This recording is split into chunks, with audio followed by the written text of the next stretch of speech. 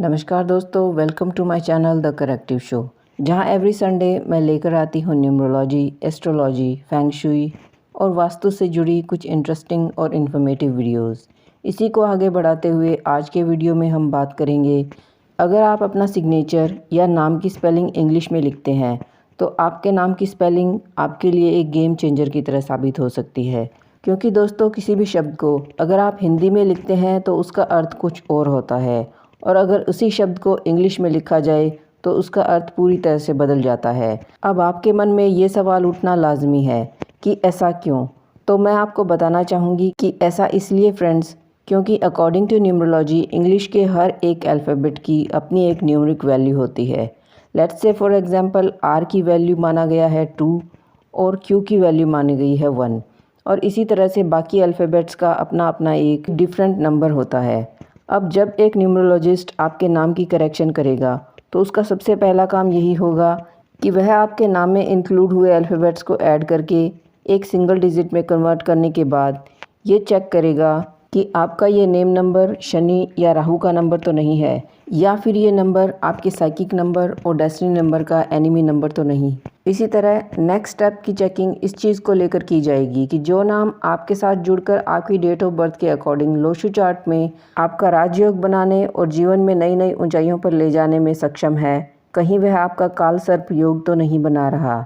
मुझे अपने इस न्यूमरोलॉजी के प्रोफेशन में डेली ऐसे ढेरों एग्जाम्पल्स देखने को मिलते हैं, लेकिन क्योंकि मेरे पास आने वाले क्लाइंट्स वेल नोन पर्सन्स नहीं है तो मैं उनके बारे में बात न करके एक फेमस पर्सनैलिटी के बारे में बताना चाहूँगी।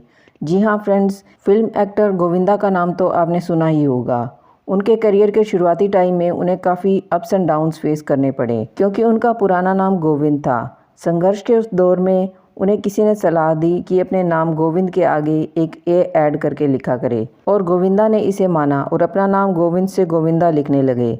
और आप विश्वास नहीं करेंगे दोस्तों कि आने वाले 1 साल के अंदर अंदर उनके पास 70 फिल्में फ्लोर पर थी।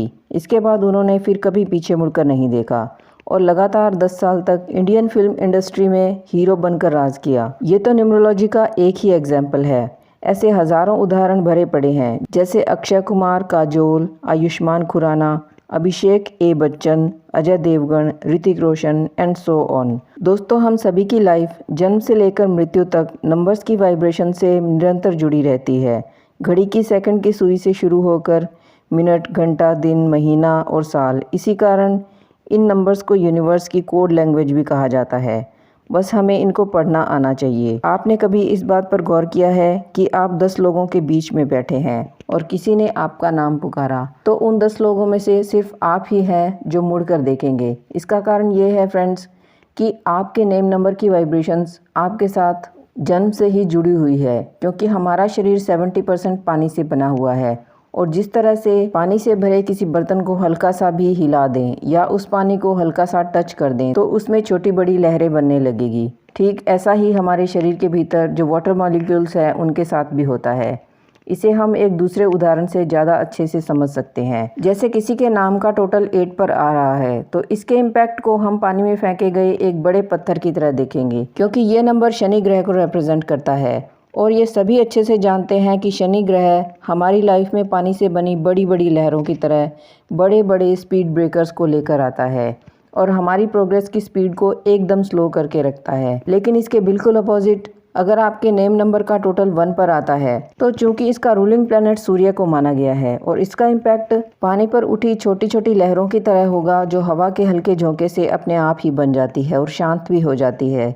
यानी लाइफ एक स्मूथ वे में चलती हुई आगे बढ़ती है। लेकिन इसमें भी ये ध्यान रखना ज़रूरी है कि कहीं नेम नंबर 1 आपके psychic number, destiny number, soul urge number, kua number और सक्सेस नंबर का एनिमी नंबर तो नहीं है। हमारे नेम नंबर की इम्पोर्टेंस इसलिए भी बढ़ जाती है क्योंकि जो नंबर्स हमें हमारी डेट ऑफ बर्थ के ज़रिए मिले हैं उन ग्रहों की एनर्जी तो हमें मिल रही है, लेकिन जो नंबर हमारी डेट ऑफ बर्थ में मिसिंग है उन ग्रहों की एनर्जी से हम पूरी तरह से वंचित है। इसी कारण उस ग्रह की एब्सेंस से होने वाले नुकसान को हमें झेलना पड़ता है, और इसी नुकसान से बचे रहने में हमारी मदद करता है हमारा नेम नंबर।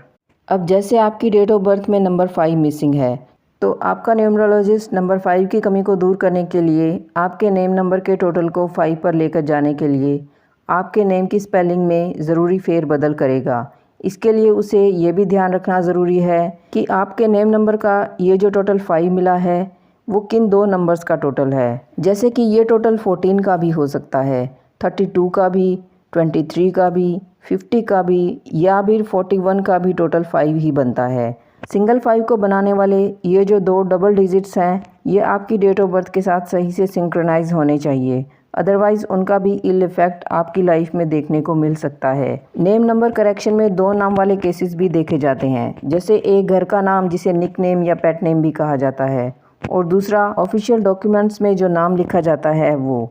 ऐसी 2 नाम वाली सिचुएशन में उस ऑफिशियल नेम के साथ साथ नेम की स्पेलिंग को भी ऐड करके जो टोटल नेम नंबर हमें मिलता है उसी का इम्पैक्ट हमारे लोशू चार्ट में चेक किया जाता है, क्योंकि कहीं ना कहीं उस निक नेम की वाइब्रेशंस भी हमारे साथ जुड़ी रहती है और इसे अनदेखा नहीं किया जा सकता। वैसे एज अ न्यूमरोलॉजिस्ट मेरी सलाह अपने सभी क्लाइंट्स के लिए यही रहेगी कि घर हो या ऑफिस एक ही नाम को कैरी करने की कोशिश करें, अदरवाइज़ हमारी सिचुएशन कुछ इस तरह की रहेगी जैसे आपने ऑनलाइन कुछ ऑर्डर किया लेकिन 2 एड्रेस दे रखे हैं, तो डिलीवरी करने वाला बंदा भी कंफ्यूज हो जाएगा कि एग्जैक्टली जाना कहाँ है। एक नेम नंबर होने से जब यूनिवर्स के सामने आप अपनी कोई विश रखेंगे तो एक क्लियर मैसेज कन्वे कर रहे होंगे कि I am the only one who want this wish to be fulfilled. बातें और भी ढेर सारी है जो मैं आपके साथ शेयर करना चाहूँगी, बट आज के लिए बस इतना ही। नेक्स्ट संडे फिर मिलेंगे और उस दिन के लिए हमारा टॉपिक ये रहेगा कि अपने नेम नंबर की वाइब्रेशंस को अपनी डेली लाइफ में ज़्यादा से ज़्यादा कैसे ऐड किया जाए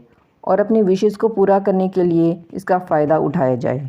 टिल देन अपना खूब ख्याल रखिए। अगर आपको मेरा ये वीडियो पसंद आया हो तो अपने फ्रेंड्स और फैमिली के साथ शेयर ज़रूर करें और मेरे चैनल को सब्सक्राइब करने के साथ साथ बेल आइकॉन को भी प्रेस करना मत भूलिए ताकि नई वीडियो की नोटिफिकेशंस आपको मिलती रहे।